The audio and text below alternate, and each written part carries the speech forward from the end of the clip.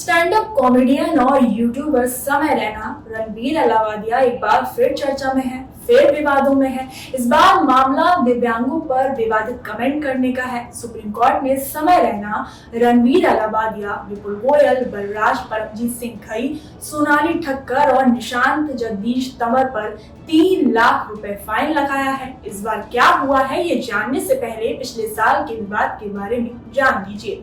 फरवरी 2025 में रणवीर अलावादिया समय रैना के शो इंडियाज गॉट लेटेंट में बतौर गेस्ट जज पहुंचे थे। उन्होंने प्रतियोगी से माता पिता के यौन संबंधों से जुड़ा बेहद आपत्तिजनक सवाल पूछा। इस क्लिप के वायरल होने के बाद पूरे देश में भारी विरोध हुआ था।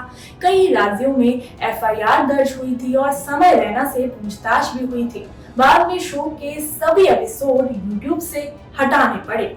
अब ये जान लेते हैं कि ये ताजा मामला क्या है।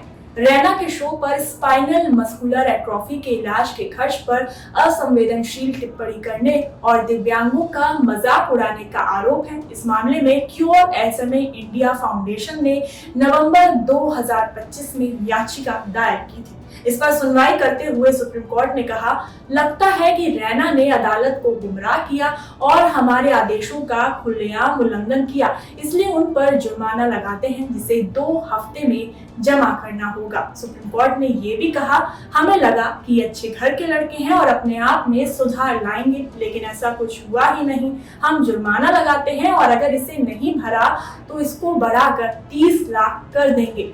अब सुनवाई के दौरान रैना के वकील ने कहा कि शो के जरिए हमने 9 लाख रुपए का फंड जुटाया है।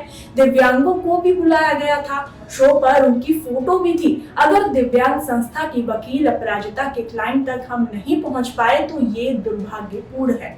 वहीं संस्था की वकील अपराजिता सिंह ने कहा कि रैना ने अपने किसी भी शो में शामिल होने के लिए उनसे या फिर किसी अन्य दिव्यांगजन से कभी संपर्क ही नहीं किया। हमें उनसे पैसे नहीं चाहिए, ये अहंकार है और हम इसके सामने नहीं झुकेंगे।